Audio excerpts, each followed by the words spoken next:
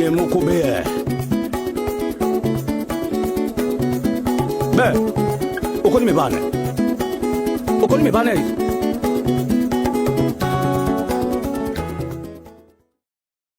Il y a l'exfiltration de la famille d'Ali Bongo, à savoir Sylvia Bongo Ndimba et Noureddine Bongo Ndimba.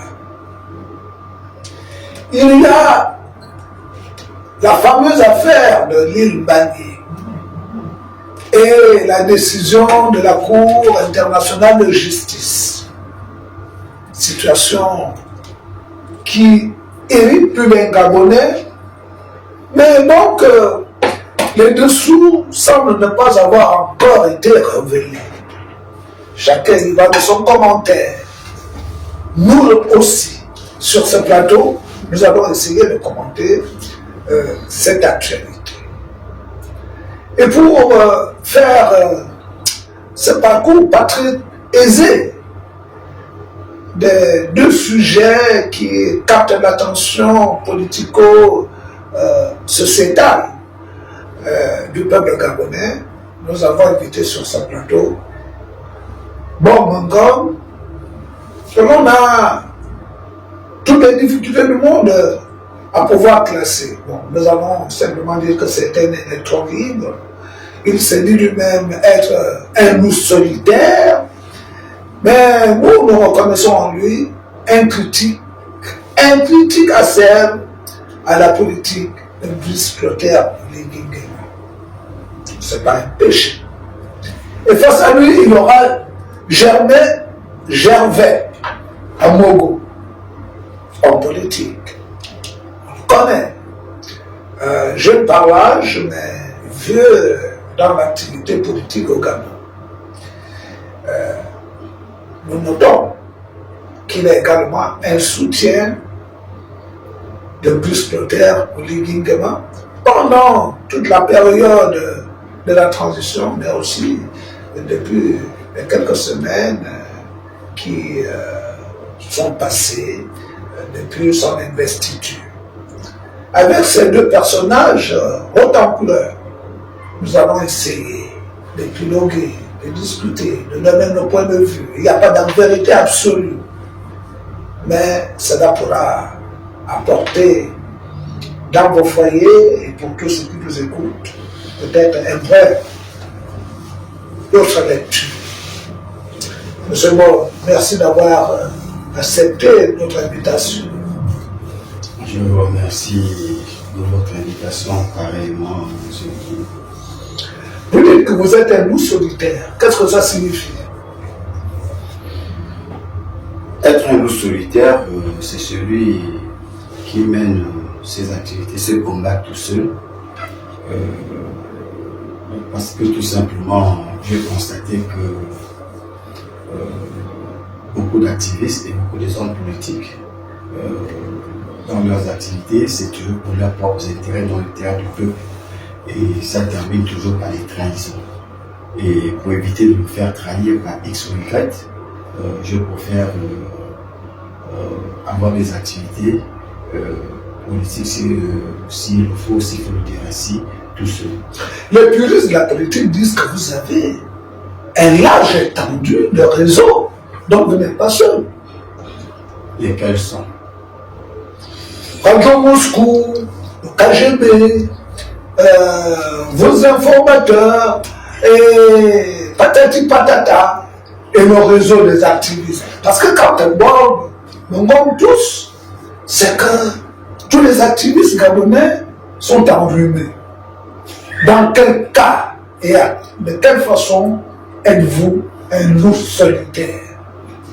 Mais vous savez, quand vous faites des dénonciations, il faut vérifier l'information que vous dénoncez. Et par là, il vous faut des personnes qui vous apportent des informations, mais ça ne veut pas pour autant dire que vous menez des activités avec ces personnes-là. Mener des activités avec une personne, c'est que vous partagez un certain nombre de choses. Mais alors que vous commencez à partager un certain nombre de valeurs, semble-t-il, ces personnes finiront toujours par l'appétit de l'argent, par l'appétit des postes, finiront toujours par vous vendre moins cher.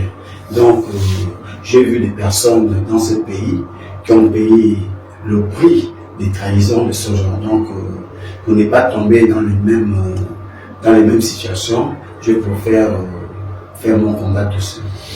Bon, on dit, mieux vaut être seul qu'être mal accompagné. C'est une certaine sagesse. Oui. Oui, mais malgré ça, ceux qui vous côtoient vous trouvent honnête. Vous ne lâchez pas et vous ne trahissez pas. Mais sauf qu'on vous a suivi avec l'arrestation d'un activiste, d'un lanceur d'alerte, je ne sais pas trop, Gauthier Mvono, qui a passé quelques heures, à une nuit, dans les zones de la direction générale de recherche, et vous avez pris à bras le corps ce cas-là, parce que vous êtes là, vous aussi. Vous savez comment ça se passe là-bas. Et après, vous êtes revenu, et c'est à votre honneur, parce que vous n'êtes pas focalisé dans la critique acerbe ou stérile. Vous êtes revenu pour reconnaître que, de toutes les manières, ce n'était pas la vraie information que vous avez donnée au départ et que vous avez reçue dans vos réseaux. Et que, en principe, la réaction du fameux lieutenant, du lieutenant en question, Hugues, que je ne connais pas, était une réaction normale d'un homme qui s'est senti trahi alors qu'il est parti avec de bonnes intentions. Ça n'arrive pas toujours de la bouche de M. Mambamba. Au départ, c'est vrai, au départ, il faut d'abord dire une chose, c'est que le mardi, c'est-à-dire hier, j'ai reçu un message d'Alain Gauthier lui-même. Il me disait qu'il était convoqué à la DGR et que s'il était gardé à vue, je partage la communication qu'il a reçue, qu'il a eue avec le lieutenant Hugues. À 19h, je constate par un activiste à l'étranger qui fait un live pour confirmer l'arrestation et la garde à vue de Alain Gauthier. J'ai appelé aussitôt sur son numéro, c'était quelqu'un qui m'a répondu. J'ai dit je voulais parler à Alain Gauthier, il a raccroché. 2 heures plus tard, dans les 21h, 22h, j'ai rappelé et cette fois-ci c'était sa copine qui m'a fait comprendre que Alain Gauthier est gardé à vue à la DGR. Sa copine ou une femme? Vous n'êtes pas convaincu que c'est ça? Je n'étais pas convaincu au départ pour diffamation. Les raisons pour lesquelles c'était diffamation. C'est en ce moment où j'ai fait une sortie depuis Radio Moscou et j'ai dénoncé, j'ai d'abord fait écouter pour qu'on comprenne que ça ne vient pas de moi et que ce n'est pas une invention. Donc, la communication entre Alain Gauthier et le lieutenant Hugues. Après, j'ai donné mon avis à moi. Cet avis est personnel et nous savons, et c'est constant à la DGR. Votre avis était basé sur d'abord les premières informations que vous avez eues et l'expérience que vous avez de la direction générale. Naturellement, parce que il y a des cas écoles avec Stampy, on l'a bien vu, et y compris moi-même. J'ai été gardé pendant plus d'une semaine à la DGR. La DGR, c'est comme ça qu'ils procèdent. Ils t'appellent quand ils veulent te mettre en confiance. Et quand tu t'y rends, on fait semblant de t'interroger et puis par la suite, on finit par te dire tu es gardé à vue. Mais ce que je sais, c'est que le principe, c'est la liberté, c'est l'exception qu'est la prison. Alors, quel était le manque de garantie que Alain Gauthier présentait pour le garder à vue? Une fois que j'ai terminé cela, c'est comme ça que le KGB m'informe, me donne d'autres informations. Un autre partenaire qui me donne des informations en me disant que il a été gardé parce qu'au moment qu'il était interrogé, M. Hugues, le lieutenant Hugues, dans son bureau et sur Facebook, il constate la communication qu'il a eue avec Alain Gauthier. Une communication privée. privé qu'il a eu avec Alain Gauthier, qui était déjà sur les réseaux sociaux. Et il a piqué une crise. Il a appelé, parce que M. Jean-Hugues est chef d'antenne, il a appelé un de ses agents pour demander si Alain Gauthier était encore là. Ils ont dit que oui, il est encore là. C'est sur cette base-là que Alain Gauthier a été gardé à vue. Il n'a pas été gardé à vue sur la base de l'appel de la DGR. Parce que la DGR a fait appel à Alain Gauthier concernant des affaires des taxis qui venaient du Cameroun et qui rentraient dans le territoire gabonais. Nous avons compris, c'est-à-dire, c'était une entrade. Ça prend le temps que ça a pris. Nous avons compris que Alain Gauthier Mvono n'a pas été arrêté, n'a pas été mis en cellule parce que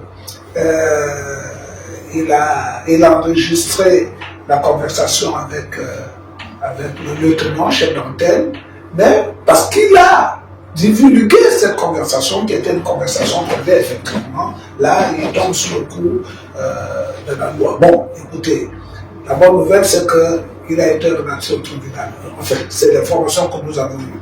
Je confirme. Vous le confirmez? Je le confirme.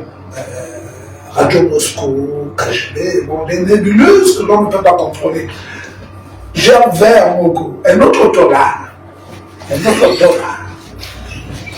Et on ne va pas revenir sur le cas de Gauthier Mvono, mais on revient sur le cas de Sylvia Bongo.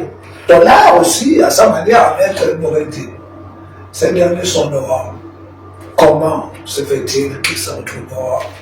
Alors que Mvoranjani et le reste sont toujours en prison. Alors que d'autres Gabonais sont en prison, sont malades et ne bénéficient pas des mêmes largesses qu'eux. Alors que Kelly Ondo est toujours en prison, alors que le peuple, tout le peuple demande sa libération, alors que tout le peuple demandait à ce que Sylvain Bongo soit maintenu en prison. Trop de choses pour être le soutien inconditionnel de Bruce Clotaire en aiguille de sa politique. D'ailleurs, vous avez raison de l'être parce qu'il a encore sous le coup du doute. On le garde venir et agir parce qu'il est toujours sur le rail plus qu'interrogé. Mais comment voyez-vous ça, ce qui vient de se passer là? Sylvia en prison, son fils et lui dehors, on nous dit Sablière, résidence surveillée, après on voit Luanda, Angola, et on ne comprend plus rien. On sait que s'ils sont en Luanda, en Angola ou dans un autre pays hors du Gabon, ils ne sont plus en résidence surveillée. Bonsoir M. Butelier, je vous remercie pour l'invitation également. Et je tenterai de garder ma posture républicaine, celle que j'ai adoptée tout au long de mes 35 ans de carrière politique. Vous l'avez si bien dit, je suis en politique et jeune en âge. Je voulais replanter le décor. Il s'agit ici de, quand on va voir la lecture de ce qui s'est passé, il faut repartir depuis Omar Bongo, 42 ans de pouvoir, homme de réseau, qui avait la capacité d'influencer la politique française, et on sait ce qu'il peut faire dans le monde entier.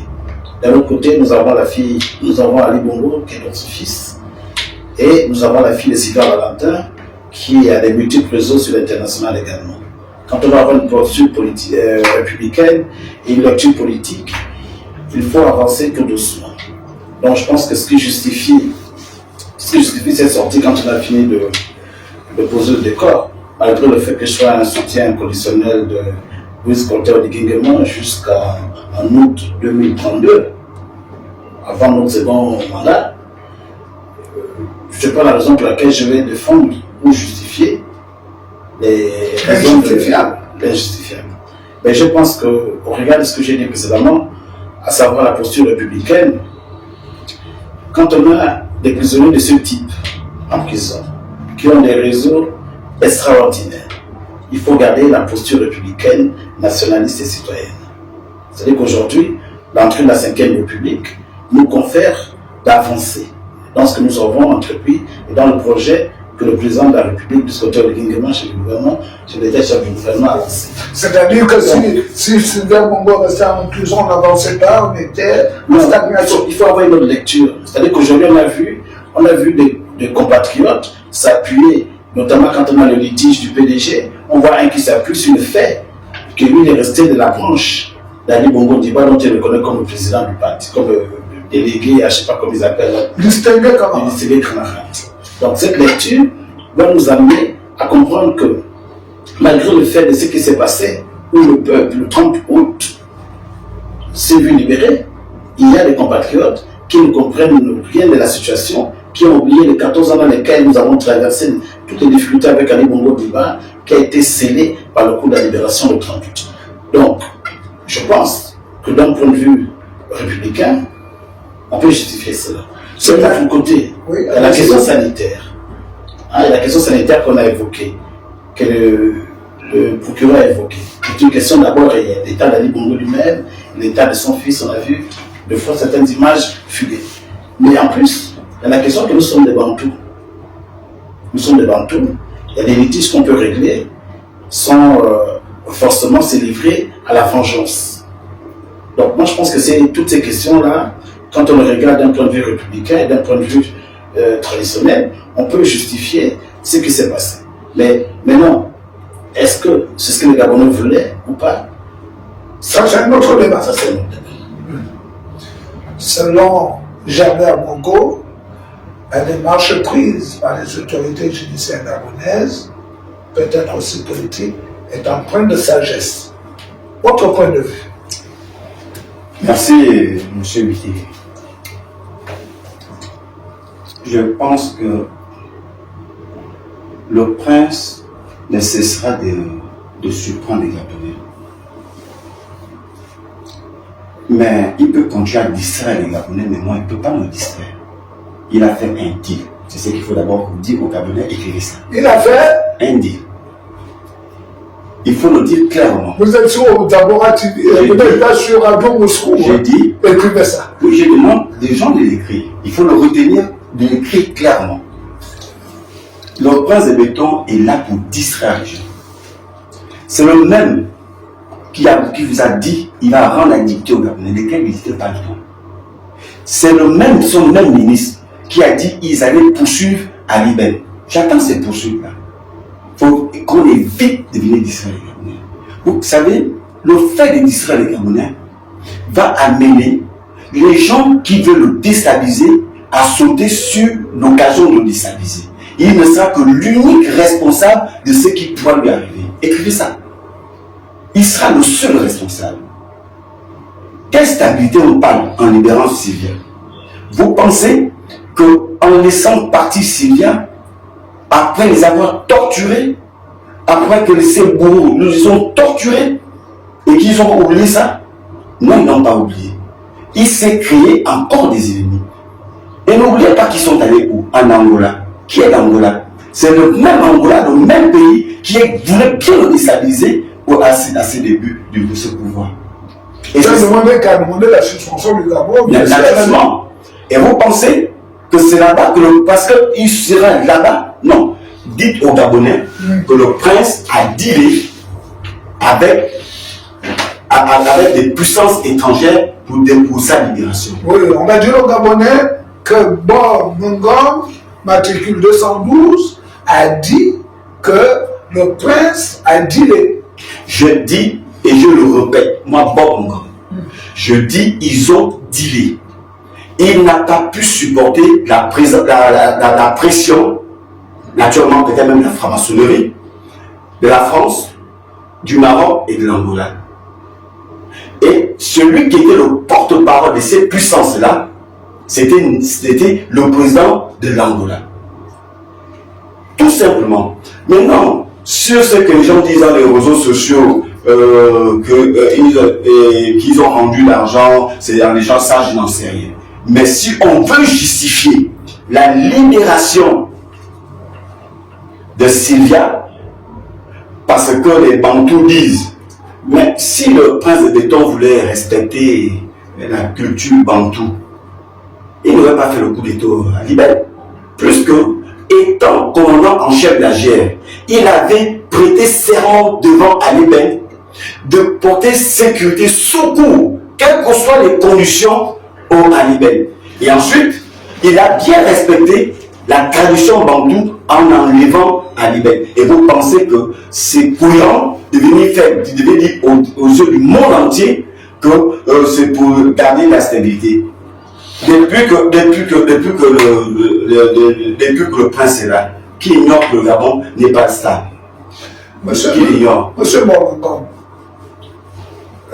dans le village, puisque vous parlez de tradition. Non, c'est pas moi qui ai parlé de tradition, c'est lui qui a parlé. Non, vous parlé de... Lui a dit la tradition africaine voudrait que le linge sale se lave en famille et que l'on se retrouve à huis clos pour pouvoir régler les problèmes. Et vous dites aucune tradition africaine n'a été respectée, ce n'est qu'un deal. Ça, c'est résumé. Il y a ce qu'on appelle la grippe aviaire qui terrasse toujours beaucoup dans nos villages. Vous êtes femmes, on appelle ça souvent enfants, on connaît beaucoup.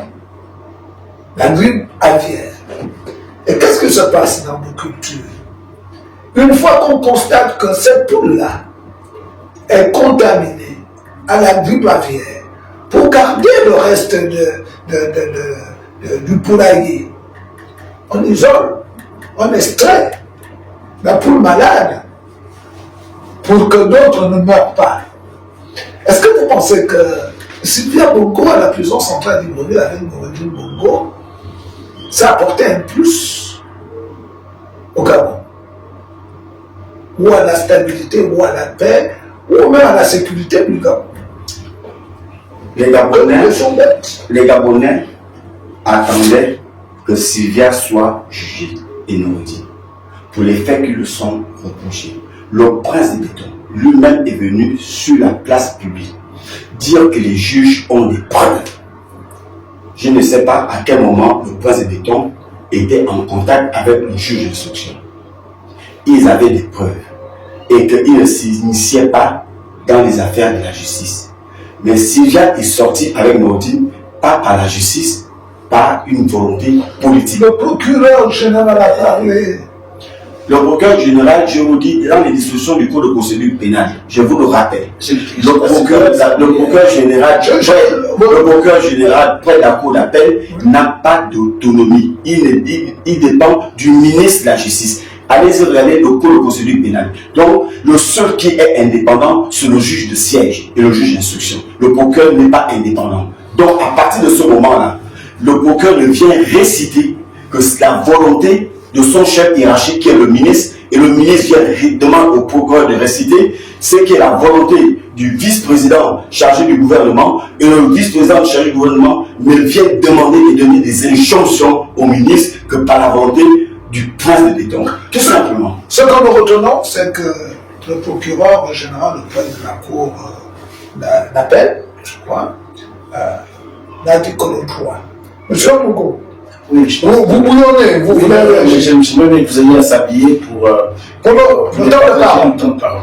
Est-ce que j'ai envie de dire, il faut que mon jeune frère comprenne que le procureur, quand il est passé, il n'a jamais dit que l'action en justice est arrêtée. L'action en justice continue. Et je pense que si c'est la volonté de voir le peuple, la volonté du peuple voir ses compatriotes condamnés pour les faits qu'ils ont commis. Qu'est-ce que ça apporte? Mais en plus, ce que j'ai envie de dire, parce que quand mon jeune frère dit que la déportation peut susciter des heurts, parce que position de vengeance, mais ce que j'ai envie qu'ils retiennent, c'est qu'aujourd'hui, ceux qui ont été déportés ont en mémoire les 14 ans de souffrance qu'ils ont fait passer au peuple gabonais. Les 14 ans de dictature acerbe, avérée, qui ont été commis vis-à-vis du peuple gabonais. Et ce que j'ai envie que les gens retiennent également aujourd'hui, c'est que la question de la justice, personne, le président de la République, ne s'est pas mêlé. Et quand il reprend pour dire que le président de la République a dit qu'il avait des preuves, mais c'est une logique. Parce que le dossier, avant d'être instruit, il revient d'abord des commissariats.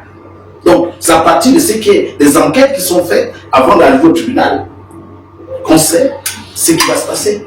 Donc, je pense que quand le président Négui dit qu'il a des preuves, c'est clair. Parce qu'il connaît comment le dossier a été mené jusqu'avant l'instruction. Mais il se trouve où en ce moment en réalité? Sylvia, Bongo Ndimba et Noureddine Bongo, ils sont où? Vous qui êtes de la galaxie présidentielle. De la galaxie présidentielle. Pourquoi pas? ils sont? Ils ont été déportés.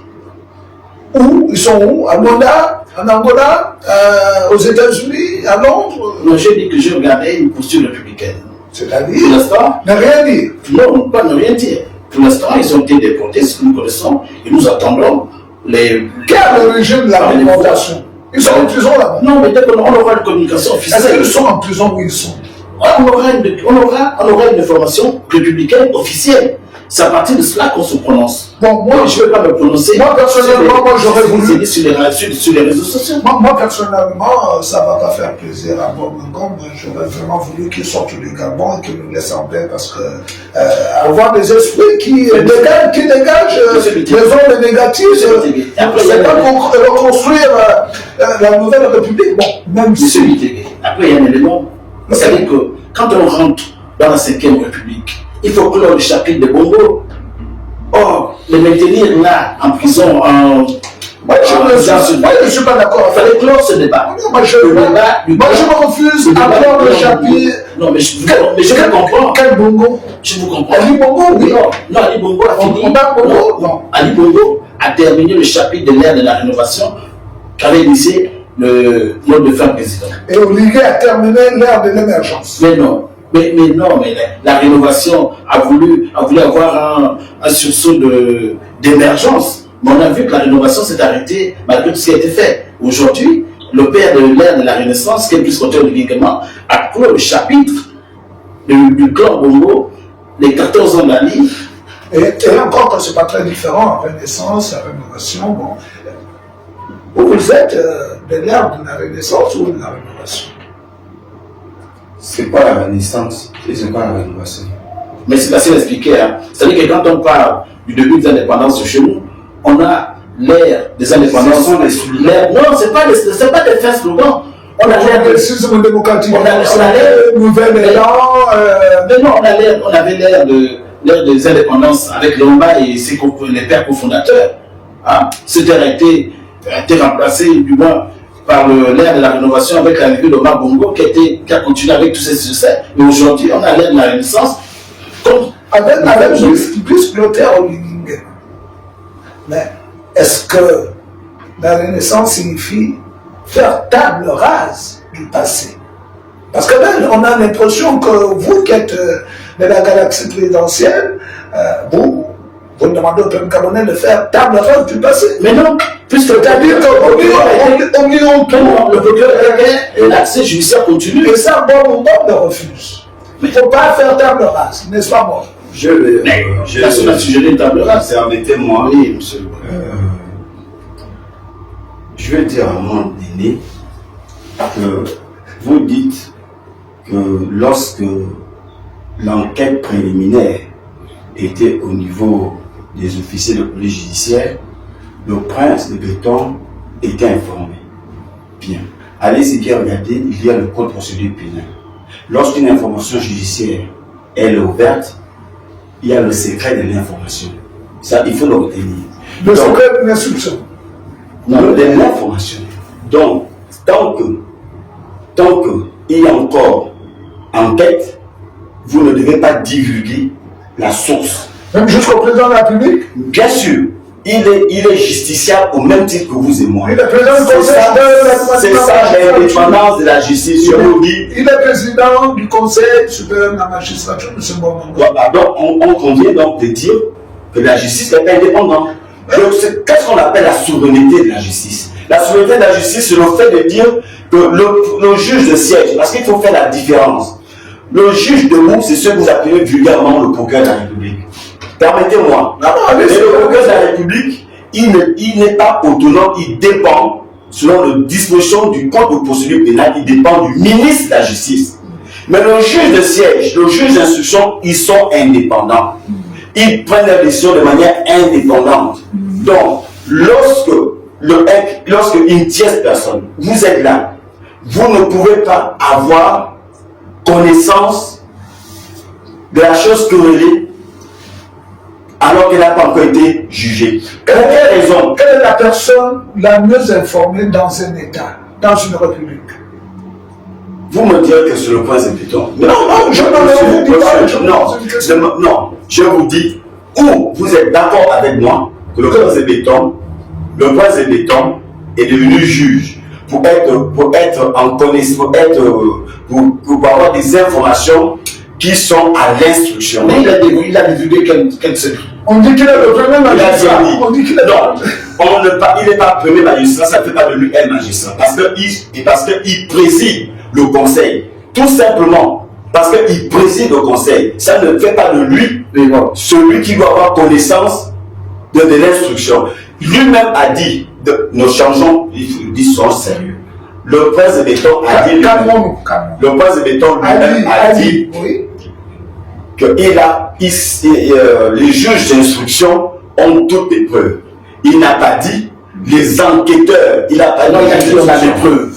Bien, alors, donc à partir de ce moment-là, ce que les Gabonais attendaient, c'est que ces personnes, le jugement. Parce que lorsque le dossier est clos, permettez-moi, parce que le juge d'instruction est au tribunal de première instance. Lorsque le juge d'instruction clôt son dossier, il envoie ça à la chambre d'accusation qui se trouve au tribunal, à la cour d'appel. Et c'est de là où on les envoie devant la barre pour être jugés. Mais je vous rappelle qu'ils sont sortis, ce n'était pas encore devant la chambre d'accusation, ils sortent, ce n'était pas encore clos le dossier, ça se trouve encore au tribunal de première instance, au cabinet d'instruction. Et lorsque le procureur a dit, lorsque le procureur les fait sortir, les motivations du procureur, c'est quoi? C'est le fait qu'ils vont s'approcher sur les soi-disant maladies de Noureddine et de Sylvia. Mais il ne nous a jamais apporté le dossier médical. Il n'a jamais... Mais c'est pas un tribunal populaire. Non. Lorsque vous venez alléguer des faits, lorsque vous venez défendre des faits aussi graves. Mais non. Non. Je sais pourquoi on va le terminer. Lorsque vous faites un deal, il faut avoir le courage de dire nous avons fait un deal.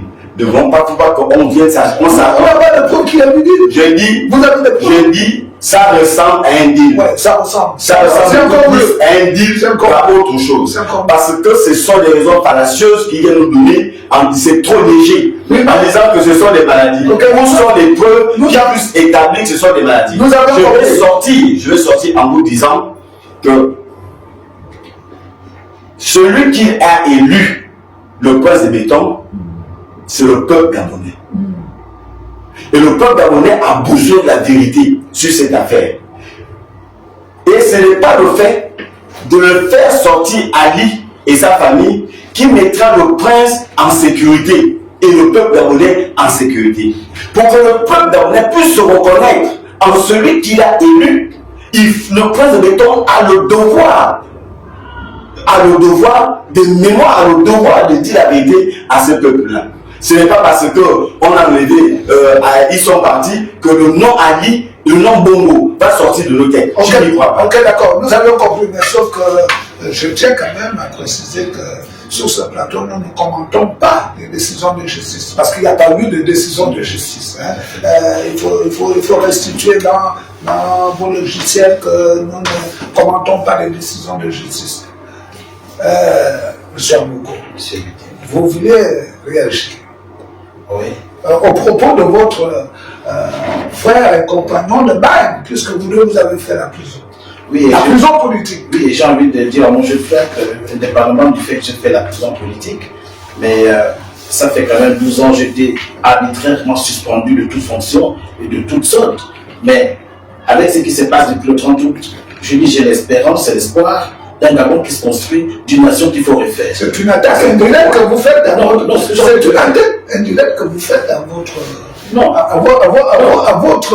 Non, ce que j'ai envie de lui dire, c'est que nous avons nous avons cette similitude. Non, vous dites que vous avez été suspendu, mais lui n'a jamais été suspendu. Non, mais après les choses se comprennent comme elles veulent se comprendre. Comment? Elles se comprennent comment? Oui, elles se comprennent du fait qu'aujourd'hui nous sommes vous qui êtes la galaxie présidentielle, vous êtes suspendu de toute fonction, la galaxie présidentielle, oui, mais lui qui est anti-galaxie, il est... et d'ailleurs, ce sont... Non, mais tout citoyen a droit à un emploi. Et lui, il jouit de ses droits. Non, ce que j'avais envie de dire, c'est ce que je suis en train de dire.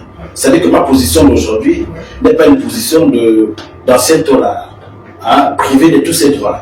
Aujourd'hui, je fais une lecture républicaine, c'est pourquoi je disais que je ne peux pas répondre à ce que disait mon frère Bob Mendel sur le fait que ça soit indigne ou pas. Parce que c'est pas comment je vais dire, c'est pas un réflexe républicain. Ça, c'est ce que les gens disent. Moi, je me fie à ce que les voix officielles nous disent. Aujourd'hui, c'est touche la vérité. Les voix officielles. Hein. Mais c'est contestable, mais il faut que ça soit d'abord dit. Mais je ne veux pas, moi, me faire des allégations sur des choses sur des non-dits, sur des choses que les gens observent. Hein? Et pourquoi est-ce que le président a besoin mais pourquoi est-ce que le président... Si le peuple dit qu'il voulait avoir Sylvie en prison et assister... Mais pourquoi est-ce que le président Oligui a besoin de faire un deal avec un tel de soins et telle protection de 94,85%? Pourquoi? Puisqu'aujourd'hui il a le soutien du peuple. Pourquoi est-ce qu'une nation étrangère lui forcerait un deal or qu'il a la confiance et le soutien de son peuple? Vous savez ce que disent les populations dehors? Les populations disent que Sylvia Bongo, Noureddine Bongo, Ali Bongo sont bourrés de pognon. Et qui dit pognon dit possibilité et capacité de nuisance. Et une fois que ces gens-là sont hors du contrôle des autorités gabonaises, et surtout encore qu'ils ont fait escale dans un pays où au départ de la transition, il n'y avait pas de grand amour, il est fort possible. Il est fort possible que ce dernier puisse tenter quelque chose. C'est ce qui se dit. Il est fort possible. Ce n'est pas la vérité absolue, mais en fait, je comprends le souci de M. Bob Mendel, parce que chaque fois qu'il a parlé, il a dit pourquoi les avoir mis dehors et quelle est la sécurité désormais du peuple camerounais. Mais il y a quelle est l'assurance que vous nous donnez? Mais il y a un adage qui est clair. Ouais. De chez nous, de partout, qui dit aucune armée n'a vaincu un peuple. Je pense qu'aujourd'hui, quand l'Union africaine a reculé, ou quand nos frères d'Angola ont reculé, ils ont bien vu le soutien du peuple gabonais au président Oligui depuis la transition. Et aujourd'hui, en rendant clos le clan Bongo, ou bien la gestion des 14 ans d'Ali Bongo Ndimba, avec le soutien que le président Oligui a eu, on va craindre quoi puisqu'il a le soutien de son peuple. Merci, nous allons passer au deuxième sujet tout en disant. C'est juste une belle petite. Nous allons passer au deuxième sujet. Allez-y. Non, c'est juste. En fait, le peuple que vous parlez, qui est derrière le prince de béton, c'est le même peuple qui va trahir le prince de béton. C'est les erreurs qu'on peut faire croire au prince de béton. Qui va trahir ou qui va lâcher? Parce que ils vont le lâcher. Ah, pas parce que c'est constant chez le Gabonais. Vous n'avez pas été Gabonais, société qui a réalisé. Permettez-moi. Les Gabonais fait des logements. Les Gabonais, depuis 90 aujourd'hui, même un simple pétard les fait fuir. Ce n'est pas le prince de béton, s'il est attaqué aujourd'hui, qui vont sortir pour le protéger. Ce qui va les intéresser, c'est de casser les magasins, de pouvoir les saluer. Mais non. J'ai dit, le 30 août, c'est parce qu'il y a eu un soi-disant coup d'État. C'est pour cette raison que le peuple est sorti. Du coup, la libération était réelle. Mais si, non, il n'y a pas de libération. Mais si. Non, il n'y en a même pas. Même la dignité n'a même pas été restaurée. Parce que jusqu'aujourd'hui, même pour le salaire, on n'arrive même pas à vous le restaurer. Mais monsieur Bomongon, on vous a vu, vous, particulièrement braver les contingents, les groupes de militaires en 2016 pour défendre votre vote. Vous n'êtes pas peureux. Comme vous dites que les Gabonais en mode de pétard vont fuir. Vous ne l'avez pas fait. Je vous dis depuis 90, je suis contemporain. Je ne dis pas à l'étranger. Je ne suis pas, je dis. C'est-à-dire que vous êtes pas. Non, ce sont des exceptions. Hein. Ce n'est pas parce que vous m'avez vu le fait qu'il suffit de suivre. Non, quand je dis vous, il y a plusieurs Gabonais. Il y a ceux qui ont laissé leur vie. Ils ont c'est quel pourcentage vous avez donné. Je vous dis. Moi, je refuse qu'on dise que les Gabonais sont. Moi, je ne veux pas. Le Gabonais est un peu Non, c'est un peu heureux. il faut le dire les choses telles qu'elles sont. Et si on veut vendre, si vous voulez vendre cette image au prince, pour lui rassurer cela, ce sont les mêmes personnes qui vont le trahir, ce sont les mêmes personnes qui vont le tuer. Et ça, je le dis, et ça. Vous abordez la date de jour. Non, monsieur Bétigui, vous abordez une belle écriture là. Candidat à la mort. Moi, ce que je peux te dire, moi, de mon expérience politique, on a vu ça monter crescendo. 90, 93, 98, 2005. On a vu 2016. On a vu les Gabonais candidats à la mort à chaque élection. Monter. Des jeunes qui se préparaient pendant les élections pour dire que cette fois-ci on va encore mourir. Donc, ce que j'ai envie de dire aujourd'hui, c'est que le soir du 30 août, ou le petit matin du 30 août, aucun Gabonais n'était candidat à la mort. Bon, nous allons passer au deuxième sujet parce que si on vous laisse gérer cette affaire, je ne ferai plus la police du plateau. L'île Banier et la décision de la CPI, non, de la Cour internationale de justice. Depuis bien longtemps, on dira même depuis 1974, ce problème de l'île Banier est toujours sous-jacent. Omar Bongo a essayé, malgré les hautes flammes qui sont montées dans le ciel entre la Guinée équatoriale et le Gabon à l'époque, Omar Bongo a su éteindre le feu. Massia Zingema et Omar Bongo se sont retrouvés à Bata pour signer une convention dont on ne trouve plus les documents. Et puis, il y a eu un Jean Macaroni. Et Ali Bongo est arrivé, il y a eu des soubresauts toujours concernant l'île Banier, mais rien n'est parti au bout de cette logique.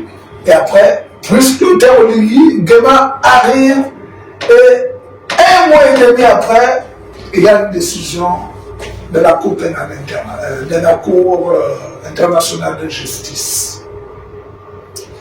Et la décision tombe comme un couperet au milieu du peuple gabonais. L'île Conga, l'île des Cocotiers et l'île Banier reviennent à la Guinée équatoriale. Comment vous avez reçu Bob Mengon cette décision de la Cour internationale de justice? Le Gabon a perdu les 3 îles en question. Le contentieux, la chose querellée entre le Gabon et la Guinée équatoriale, c'était sur l'île Banier. Et les Gabonais, avec les soi-disant arguments du gouvernement, ont rassuré le peuple gabonais à gagner ce procès, étant donné que cette île est plus proche du Gabon que la Guinée équatoriale. Et puis par extraordinaire, on apprend que la Guinée équatoriale a gagné le procès. Donc, maintenant, c'est parti dans tous les sens. On estime, beaucoup disent que le prince a dealé l'île avec la Guinée équatoriale. Bon, on va les dire partout. Hein. Je dis, les gens disent, nous savons, sommes tous, on lit dans les réseaux sociaux. Les gens se disent, certaines personnes, ce n'est pas, je ne peux pas généraliser, disent qu'il a donné, il a cédé à la Guinée équatoriale. Mais, il faut quand même rappeler, en concurrence de quoi? Il faut quand même rappeler que le prince de Béton a trouvé la question de l'île Banier sur la table. Exact. Donc, il n'est pas l'initiateur de la procédure. Ses prédécesseurs, il avait déjà parlé de la question. On se rappelle qu'avec Ali, en 2009, après son coup d'État, il était parti aux États-Unis concernant l'île Banier avec le défunt Mambounou et Ombabosso. Ombabosso est contemporain. est-ce qu'à un moment donné, ceux qui sont allés défendre Lindagné Est-ce qu'ils avaient ont consulté Ondabo à cette époque, où ils se sont contentés de l'argent qui avait été dégagé pour aller défendre le Gabon par rapport à Lindagné? Donc, le prince, lui, il a trouvé son dossier. Il a laissé les gens continuer à suivre ce dossier. Mais j'ai une question que je me suis toujours posée. Allez-y. Marie-Madeleine Mouranzou, à quel moment elle a fait droit international? Ross Ratanga, à quel moment il a fait droit? Plus qu'il a un bac G1, à quel moment il a fait droit? Lorsqu'il laisse brandir sa grande touche devant de telles juridictions, à quel moment il a fait droit international? C'est-à-dire que pour vous, les gens qui sont allés pour défendre le dossier du Gabon auprès de la Cour internationale de justice n'étaient pas des personnes indiquées, n'étaient pas bien sûr, s'ils ont fait seulement cause d'ICO, c'est tout. Ok, d'accord. Monsieur Mongo, la Cour internationale de justice a dit que les 3 îles en question reviennent à la Guinée équatoriale. Alors qu'on sait que depuis longtemps, cette histoire existe dans les tiroirs des juridictions internationales. Et là, comme si, comme je dis souvent dans mon village, comme si on crevait l'œil d'une poule, tout de suite, même bingo, la décision sort et puis au détriment des revendications gabonaises. Je vous ai dit que je suis un politique, donc j'ai une posture républicaine. Et une posture beaucoup plus politique. Ce que je veux dire que... Non, écoutez ce que je vais vous dire et vous allez comprendre. C'est vrai que chez moi on dit que c'est pas parce que la nuit était longue, comme on dit le rêve. Aujourd'hui, la question de Lindagné, le nom de Brice-Clotaire Lingema n'y apparaît que dans le fait de l'action de la continuité de l'État. Parce que c'est le chef de l'État aujourd'hui. Mais je me souviens encore, et c'est l'avantage justement d'avoir vécu certains faits. Je me souviens et je vois encore là, sur ce plateau, j'imagine, je vois André Bobam en train de dire que je suis le mieux placé pour savoir la question de ce monsieur de Mbagné. Mais moi je veux vous dire que les compatriotes torpillent cette action-là en défaveur du Gabon. On se souvient encore.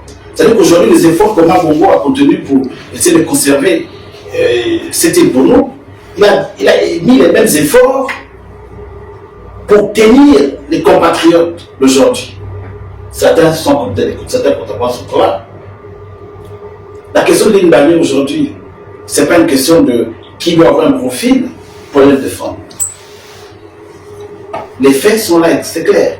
La première décision à prendre aujourd'hui et que le peuple doit accepter, c'est que nous devons d'abord accepter la décision prise par le CIG. Le peuple qui n'accepte pas, mais prend acte. Non, ne pas accepter de prendre acte, c'est parce que le peuple, et je pense que... Le peuple ne comprend pas que ce soit aussi facilement mais le peuple procéder à la Guinée équatoriale. Le peuple, c'est que le peuple doit comprendre aujourd'hui, c'est clair. C'est-à-dire que quand on était en 2009, nous étions aux élections en 2009, quand Randé nous a dit cela, on a compris ce que ça voulait dire. Oui. Aujourd'hui, le président Légui est à quelques semaines de son septembre.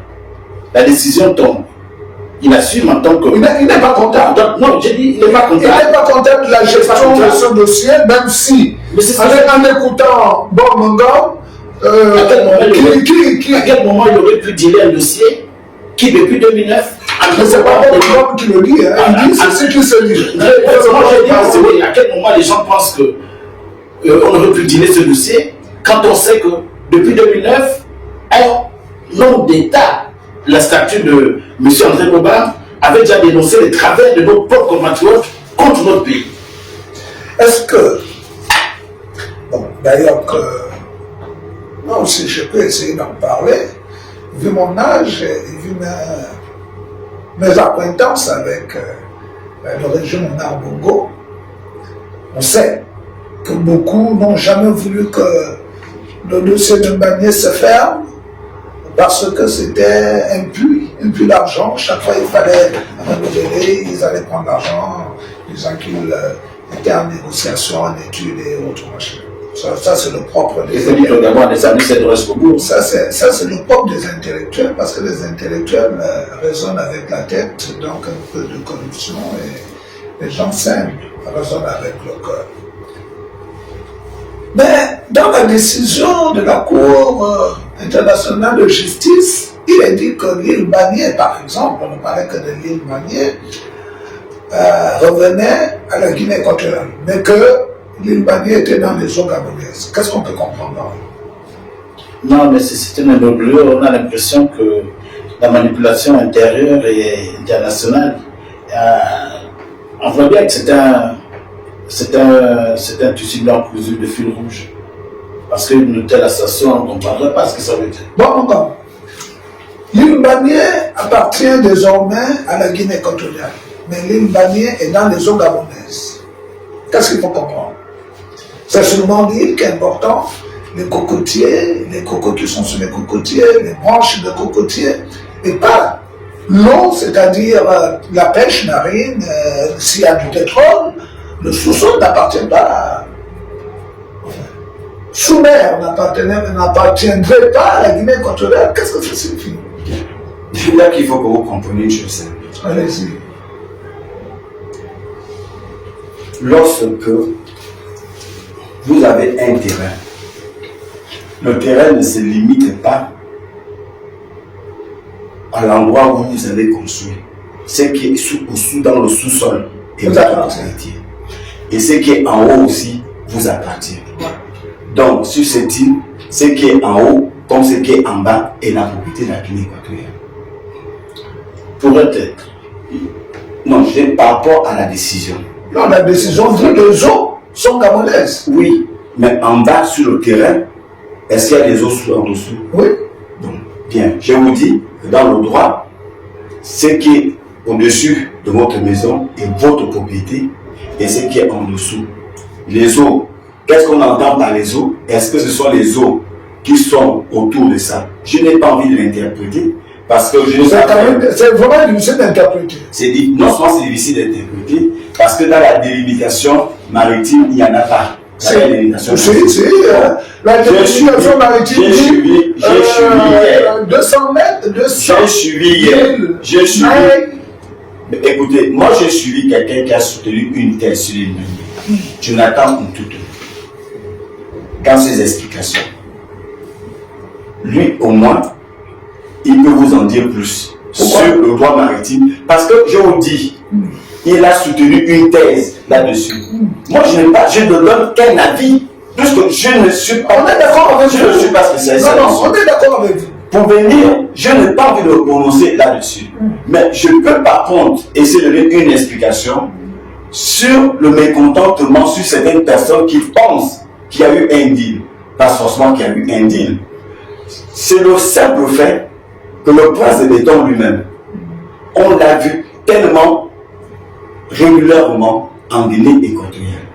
Et c'est de ce fait que beaucoup de Gabonais pensent qu'il aurait vendu l'île à Ouangema. De la même manière qu'on a aussi accusé André Omobam d'avoir tenté de vendre l'île à la Guinée équatoriale. Mais je n'épouse pas cette idée. Lui-même, mon aîné, a dit tout à l'heure qu'il y a des gens qui sont là pour torpiller, pour donner, pour torpiller le prince de béton. Comme ils ont torpillé naturellement, on m'a bongo dans cette affaire, selon les dires de Mobam à l'époque, parce que j'ai bien suivi, et ça circule dans les réseaux sociaux. Et c'est ce qui se passe aujourd'hui. Pour vous dire que si les gens sont là pour torpiller le prince de béton, c'est pour le torpiller dans quel intérêt? Pour le déstabiliser. Donc si on veut le déstabiliser, ça veut dire qu'on ne peut le déstabiliser avec l'aide extérieure.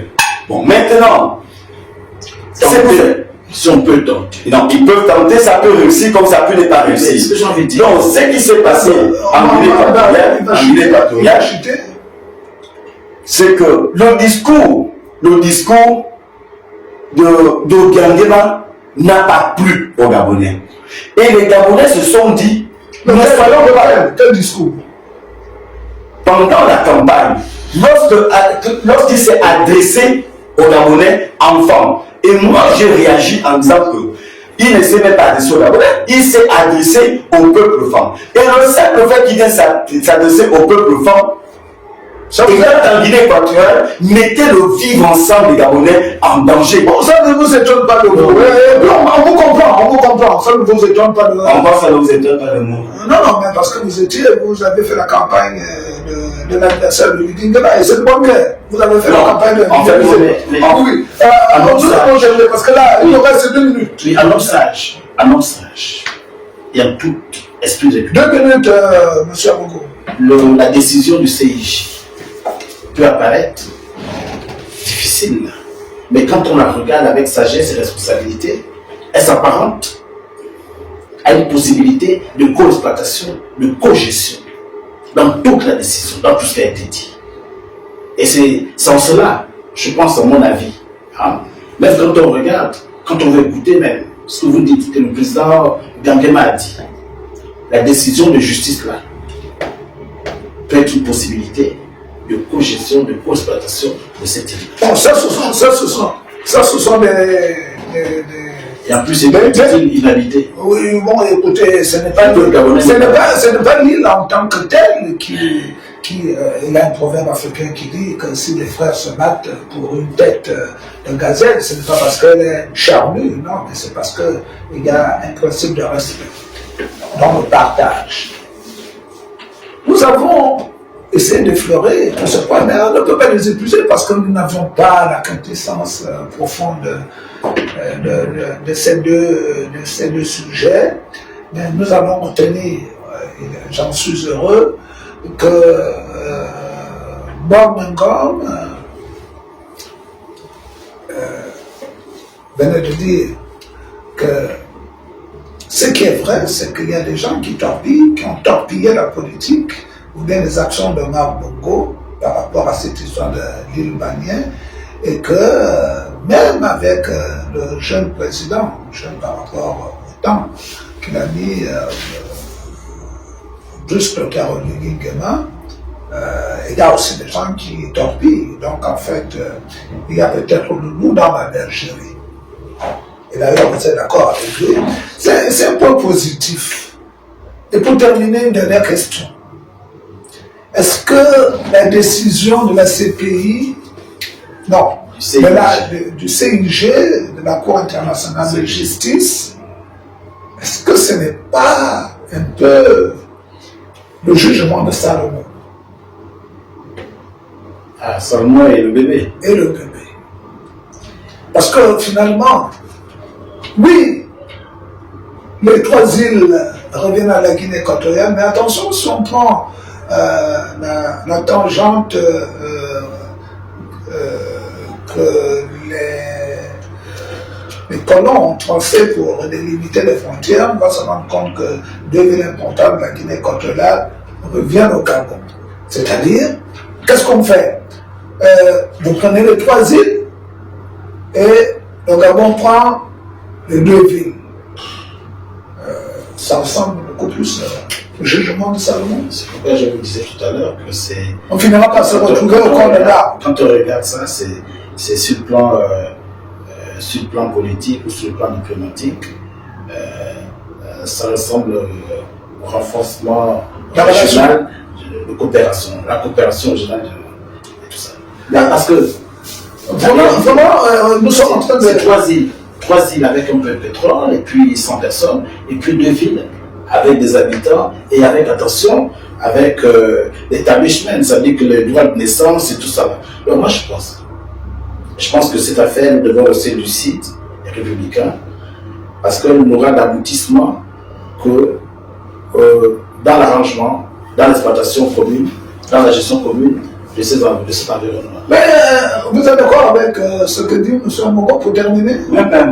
Alors, rapidement, vous n'êtes pas d'accord sur ceux qui rêvent, je suis en train de rêver de prendre cette vie-là, manque à rêver. Non, c'est pas la vie. Est-ce que finalement cette histoire peut peut se résoudre entre les deux chefs d'État. Bien sûr, ça ne peut que.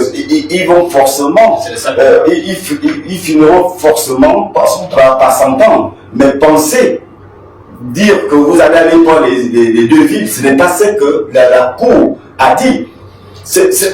Il faut bien l'interpréter. Il faut bien vous renseigner. Ils ont dit le fleuve et les environs. Ils n'ont pas déterminé la limitation. Ils n'ont pas dit on prenait les. Ça, peut-être ça non, ce n'est pas la Cour. Écoutez, ce n'est pas la Cour qui dit il y a un tracé historique. Il y a un tracé historique. Si on partait d'un tracé historique, et encore que ça, nous avons. Nodoun est dans les tracés historiques. On est d'accord. Nodoun. Jusqu'à Sam est à Guinée équatoriale. On est d'accord. Mais où je suis d'accord avec vous, c'est que l'intérêt du Gabon et de la Guinée équatoriale, c'est de s'asseoir. Parce que même s'il y a une guerre, on finira toujours par s'asseoir après la guerre. Donc, la meilleure des choses, pour éviter le pire, il est mieux que les deux États puissent s'asseoir. Maintenant, c'est au point de béton d'être sage et de ne pas suivre les battes en guerre que j'entends dire que partons nous imposer de force. Et il n'y a que le message qui peut vous dire. Nous avons terminé. Merci d'avoir répondu. Donc, quand les morts soient, ce n'est plus un bon pour ça. Nous connaissons le fichier électoral, on sait. Non, mais on connaît naturellement aussi que ce sont les vieilles méthodes du PDG. Et quand le PDG amène toujours ces méthodes machiavéliques et sataniques et lucifériennes, c'est dommage qu'on donne toujours les PDG n'a jamais atteint 70%. Mais parce que tout simplement, ils étaient même beaucoup plus modérés que les militaires qui sont venus juste pour s'enrichir et piller le pays. Mais non, on se souvient de quand on a donné les résultats du 23 août dernier. Et je vous rappelle que j'étais dans le Wellington, quand ça s'est passé, quand les votes se passaient, et je suis contemporain de l'histoire. Et quand lorsqu'on se retrouve avec 20 000 votants, avec 20 000 inscrits et 21 000 votants, il y a un problème. Et là, c'était où? C'était dans le Wellington.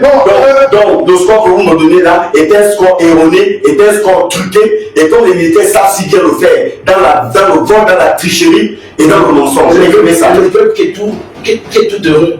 Nous avons terminé. Vous avez un peuple. C'est un semblant de peuple mouton qui semble être heureux, et c'est ceux qui sont aujourd'hui, c'est un peuple-là, ceux qui sont autour de ce peuple réfléchi, nous devons assidu. À quel niveau? Qui suit? Je me rappelle que dans le Wellington, on ne l'a pas voté par conviction, on l'a voté par la fibre aux femmes. Et c'est la fibre aux femmes qui est le mise en mal dans ce pays parce que c'est le vivre ensemble qui est en danger. Avec les extrémistes lactobéens qui représentent 6% la fibre aux femmes portée par les 6 piliers et les 15 points de développement du programme de société du candidat. Ce candidat qui n'était même pas capable d'avoir un micro dans les oreilles pour pouvoir s'exprimer. Et c'est ce candidat-là qui passe, c'est ce candidat dont vous êtes en train de parler. Je ne crois pas que vous ne connaissez pas le personnage. Quel personnage? Le personnage qui était incapable, qui était tombé en presque 5 ans pendant le procès au tribunal, à la place de Dali Bongo. Ça, c'est les réseaux sociaux? Ce n'est pas les réseaux sociaux, ce sont les faits réels parce que j'étais au tribunal. Merci. Monsieur Mogo, vous avez été comme d'habitude, égal à vous-même. Bob, jamais altérable. Vous êtes toujours là pour pouvoir donner votre point de vue. Le président de la République, comment il s'appelle, comment? Le prince de béton. Vivement que les deux Guéma, Obiang Guéma, Bajogo, et Brice Clotaire, Oligui Guéma, se retrouvent au corps de d'armes pour régler un peu le jeu qui se passe, où les enfants risquent de se faire mal. Nous avons confiance en vous. À la prochaine. Anye Mokobe. Ben, okoni me bane.